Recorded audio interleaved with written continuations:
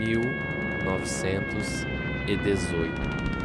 O Oceano Atlântico está em chamas. Navios brasileiros estão sendo afundados por submarinos alemães. O mar, antes azul e calmo, agora cheira a pólvora e óleo queimado. Entre os destroços, um homem sobrevive. Um jovem marinheiro do interior do Brasil, que jamais imaginou que veria a guerra de tão perto.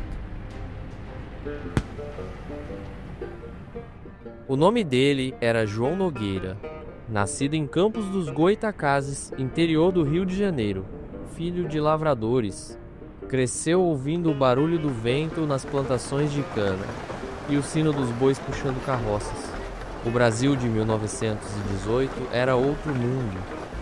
Ruas de terra, lampiões acesos a querosene e cartas que levavam semanas para chegar.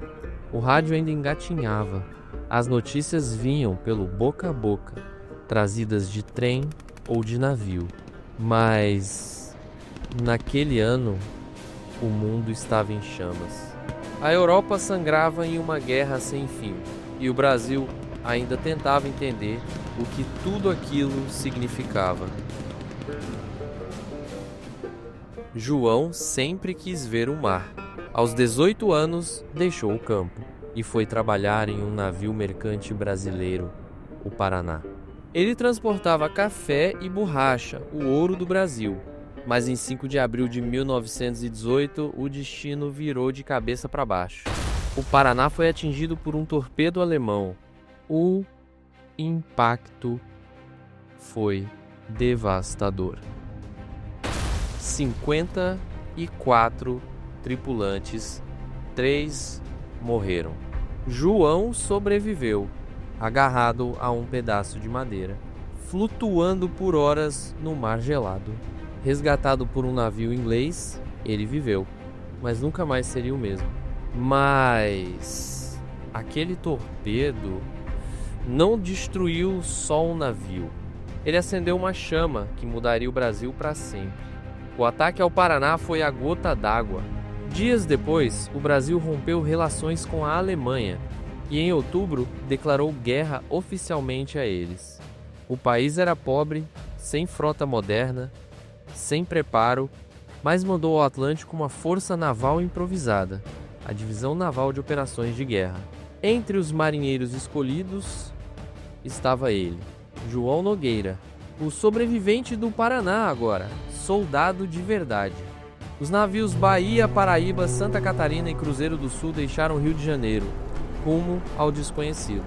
E João sabia que aquele mar poderia ser seu lar ou seu túmulo. Durante a travessia, o mar parecia infinito. Dias e noites de patrulha. O frio cortava a pele. O medo, o sono. O inimigo podia estar em qualquer lugar, mas, curiosamente, nenhum submarino alemão foi abatido pelos brasileiros. Ainda assim, cada dia era uma batalha contra o invisível. E no meio do oceano, João descobriu que a guerra não era feita só de tiros. Era feita de espera, de silêncio e de medo.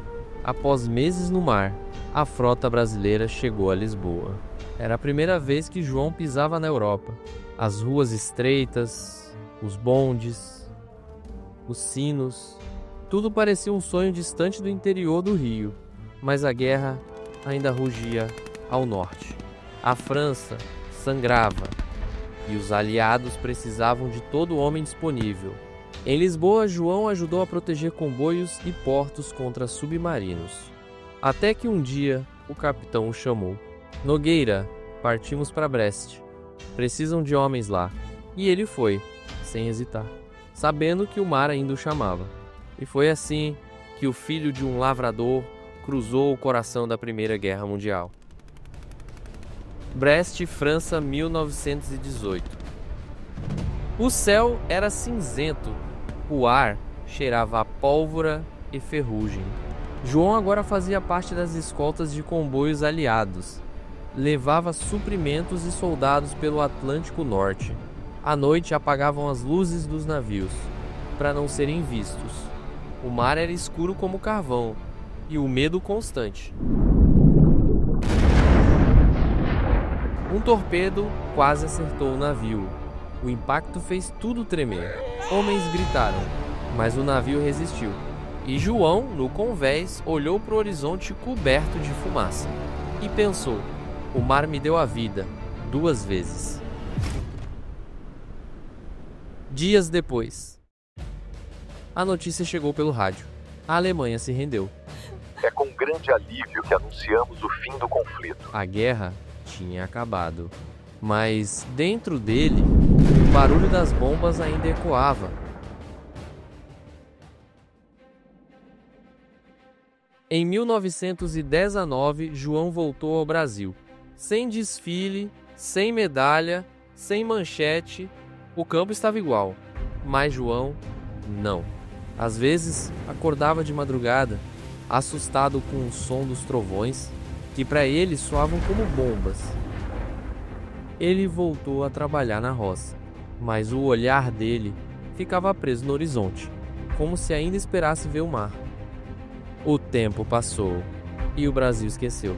Mais de 3.000 brasileiros serviram em missões navais na Primeira Guerra Mundial.